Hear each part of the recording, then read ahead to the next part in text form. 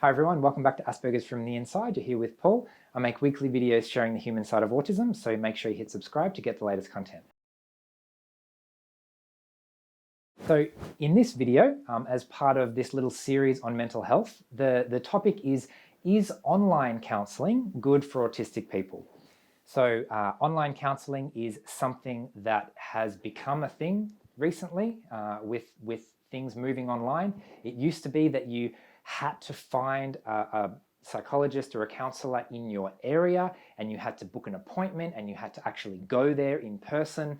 And there are some advantages to that system, but having a completely different system of booking someone online who may or may not be in your country or even in your time zone and speaking to them over the internet is a completely different ball game. And the question is, how does it stack up? So we're going to look through some pros and cons, some things that are more flexible, some things that you might find a little bit difficult. And ultimately, this is about giving you information to find the best help for your mental health that you can find. So you may have seen in a previous video, I recently found an online counsellor. So I'll be speaking about my experience with that predominantly. So I've tried a platform called BetterHelp. So that's where most of my experience comes from. Full disclosure, BetterHelp provided me with both a free trial and a sponsored link so that I could test out their platform for myself and tell you honestly what I thought about the experience. If you decide to try it too, you can use the sponsored link in the description below to get 10% off your first month and support this channel in the process. Okay, so let's look at some pros and cons. So how is online counselling better than in-person counselling? Well, there's some flexibility that is additional there. You don't actually need to leave your house. If you don't have a car, if you find public transport difficult, if there happens to be a global pandemic or something that makes it hard for you to leave your house, you can just sit at home in your safe space, your comfortable space, turn on your phone or your computer and speak exactly to the person you need to, and you don't have to worry about geography or getting around. So that's a massive bonus. The other bonus is you are not limited to your local area. So I personally have an online counsellor who lives in the US because it doesn't make a difference whether that person is in Australia or the US or China or wherever they are. You've taken away the limitation of having to find a qualified, experienced professional who you actually get along with and can afford and doesn't have a waiting list in your little local area. So especially if you're remote or if you haven't found anyone really good locally, then it's a great way to overcome that. What else?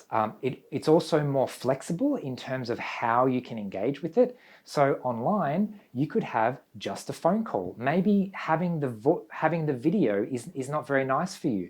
Maybe you feel safer when you don't actually have to see someone face to face. You can just talk with the voice only. You can also, through BetterHelp at least, you can talk via chat. So you can still book a time with your counsellor, but instead of video call, instead of voice call, you can just chat back and forth online. And if that is the way that you communicate best and you feel most comfortable, then you can still have access to a counselling service.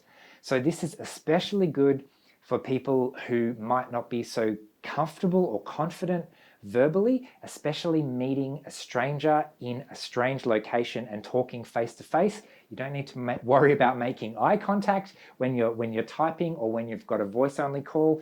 Even with a video call, I don't make any eye contact with a video call. Like, you can look at the screen or not, or have the camera off. It really doesn't matter. So it's a lot more flexible in that way. Two other advantages of having an online system is that you can actually pick your professional rather than trying to get recommendations. You can actually read their profile. You can have a chat to them before the session. So bye-bye waiting lists, bye-bye I'm full this month and you have to wait another month for an appointment. I was having weekly appointments with my counsellor online, and I could book it 1 week in advance, and there was plenty of opportunity there. So I didn't have to wait. I could find the person that fit me the best. And best of all, from my personal perspective, I went through about 5 or 6 different counselors before I found someone who I actually liked, and I thought, I am sticking with this person.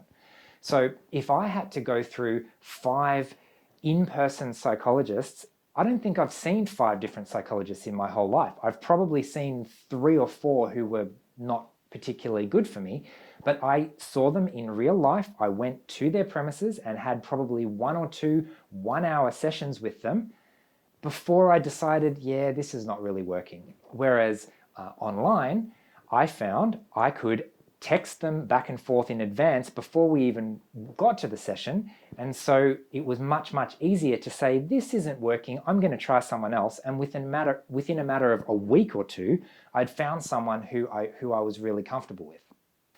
Okay, so they were the advantages of online counselling compared to seeing someone in person. So what are some of the disadvantages of online counselling where actually meeting someone in real life might be better? So the first obvious one is it's easier, for some people at least, to form a relationship with someone if you're actually seeing them in the same room.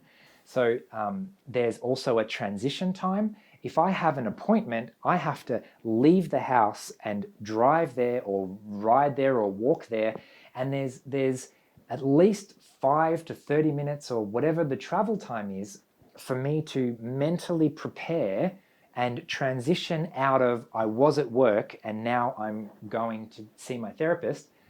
And by the time I get there, I probably spend another 5 minutes in a waiting room. And then by the time I see them, you can see where I'm going with this. It's a much slower process, which means that it's easier for my brain to transition into that process because I'm spending a lot more time.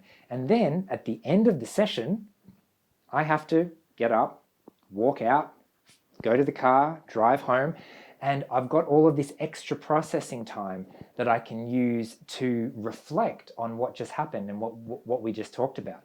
Whereas with online counseling, you can be work, oh, reminder, yep, I'm talking to you, and then it's finished, and then you go back to work or sleep or dinner or whatever it is. So I guess you could call that a positive or a negative depending on whether you would like that extra transition time or not. It also means that you can't just wake up at 5 a.m. in the morning and open up your computer and go. You've actually got to invest more time and energy into the process.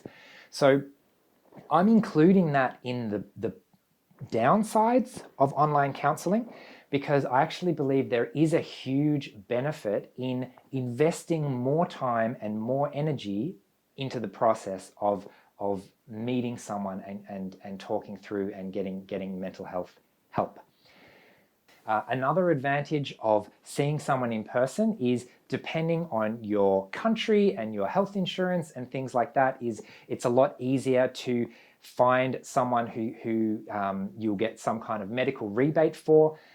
You can also talk to psychologists or psychiatrists or other people who can actually make a diagnosis or prescribe medication.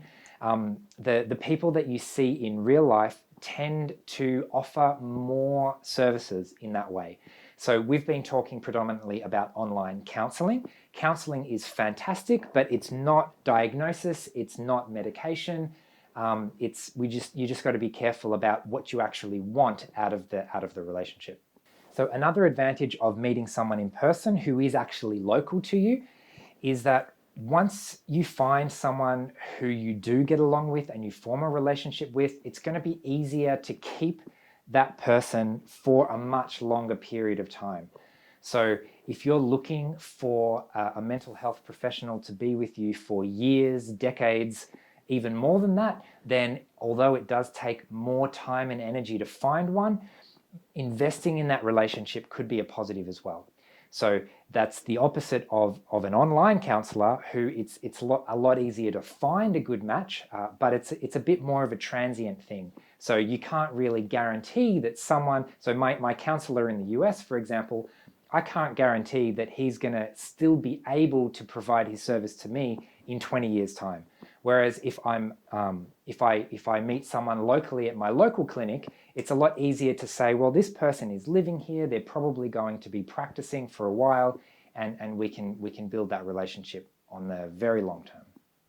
Okay, so this video was supposed to be answering the question of, is online counselling good for autistic people? And I realize I haven't actually spoken to that at all, but that's okay because I've given you some information and some things to think about, and you can essentially answer that question for yourself. In fact, a much more important question is online counselling a good option for you? So as you can see, there are a lot of benefits and some downsides to online counselling. So ultimately, the question is online counselling something that you would like to try, that you think would be beneficial for you? So my general advice is I always encourage people to take their mental health seriously. You may have seen my other video on 4 proven ways to improve your mental health. Seeing a mental health professional is only one way that you might like to try. However, it is something that I hope we all take more seriously in the future.